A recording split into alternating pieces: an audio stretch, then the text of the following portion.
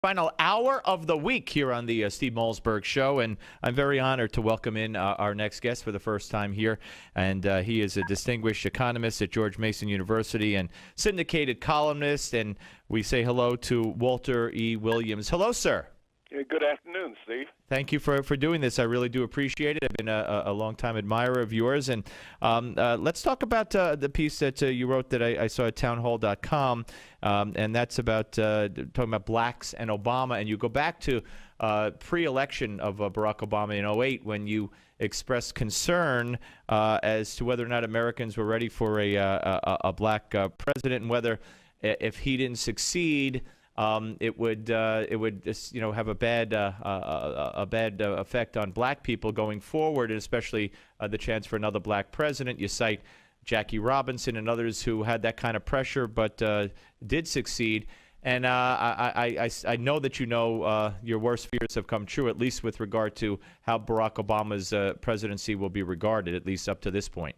Well, I think that it will probably be regarded along with Jimmy Carter's somewhat failed administration.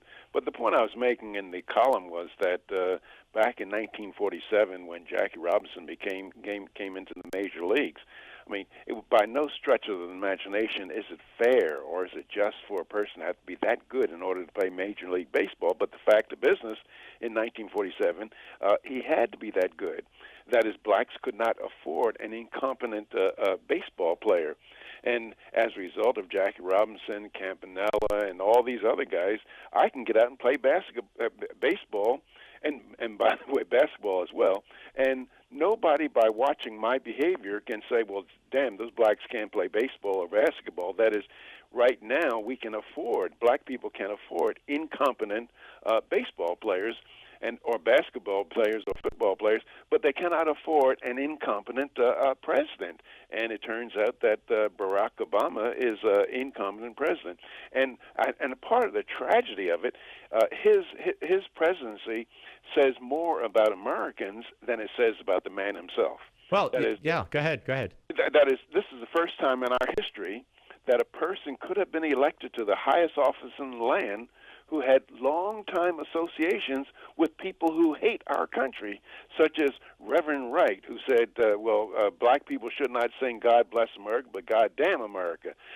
He had a long-time association with Ayers, the guy in the Weather Underground. William Ayers, who bombed the building, and as long as his wife, and other shady characters.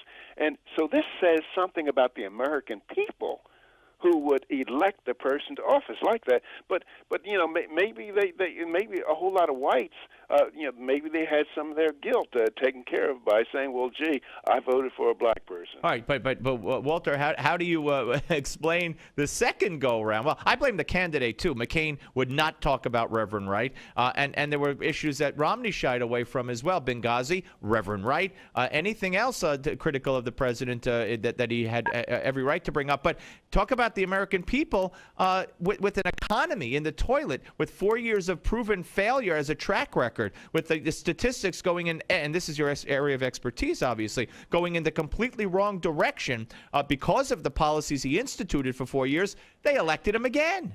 Well, you have to explain that to me. That is a sad commentary on the American people. But however, Steve, on my website, walterewilliams.com, I have a certificate of amnesty and pardon that I've granted to all Americans of European ancestry, so that for both their own grievances and those of their forebears against my people, so that they stop feeling guilty and stop acting like damn fools. Well, also, of course, Walter, and we're talking to the great Walter E. Williams, economist, George Mason University, syndicated columnist, and walterewilliams.com is the website.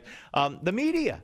I mean, if this man, I believe that if Ted Rall, the cartoonist, the liberal cartoonist, who's now in trouble with some on the left, they said his latest cartoon portrayed Obama as in a racist manner. Same cartoon he's been drawing for years, he said. But he said that Obama definitely gets a pass.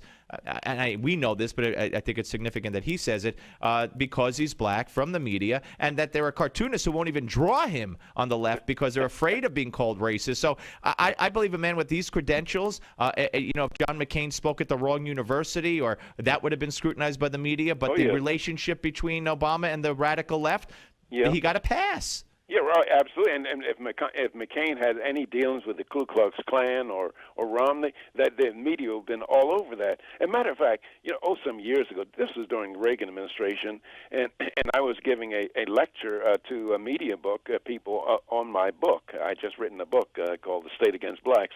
And I told them, my first statement out of my mouth was, I told this, I guess there's maybe about 50 people gathered. I told them, hey, you people can treat me like a white person. You can criticize me. I'm sure they needed that in their minds, that permission. Let me ask you about the passing of Nelson Mandela, and what how you view him and from a historical perspective. Well, he started out as a terrorist, but we might also say that the founding fathers of our country might be viewed, at least by the British, as terrorists. But however, I think that he made South Africa emerge from the decades of unfairness and apartheid and injustice. It emerged unlike the other countries like Zimbabwe, where there's murder and the Central African Empire, or many of these other African nations where there was gross atrocities, and that was not true in South Africa. And I think that you have to chalk it up to a man like Nelson Mandela, who had a very forgiving spirit, and he had a great understanding. And he would not listen to some of the sharper voices in the ANC.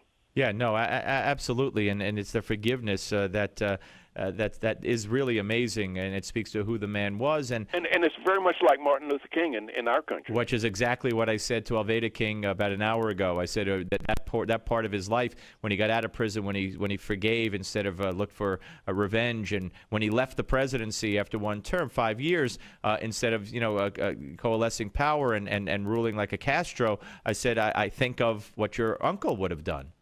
Yeah, that is absolutely right. And so I think that South Africans owe a lot to Mandela.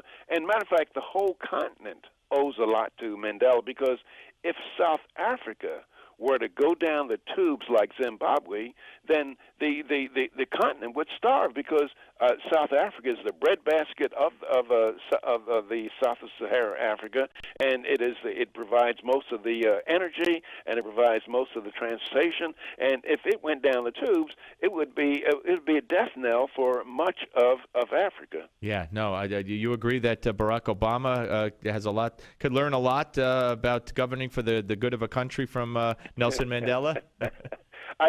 He's beyond learning. I mean, he has another agenda. And personally, I don't think Obama is his own man. I mean, I believe that he is a puppet of George Soros. Okay. Yeah. Well, that's certainly a theory that makes a lot of sense. Absolutely. Listen, Professor, I hope you'll come back. It's a great pleasure to talk to you, and I hope you'll visit us again. It was good talking to you, Steve. Thank you. Merry Christmas to you. Okay, Walter Williams, ladies and gentlemen, Walter E. Williams, and check him out at walterewilliams.com. I feel it's almost beneath when I say check him out. I mean, Walter Williams is a legend, and you should read his writings. And he's not afraid to say, of course, the left would have a name for him, or two or three. You all know what those names would be, because the left finds it perfectly acceptable to be racist against conservative blacks and Hispanics and women. But we're beyond that, and we know what that is all about. But great piece on blacks and Obama,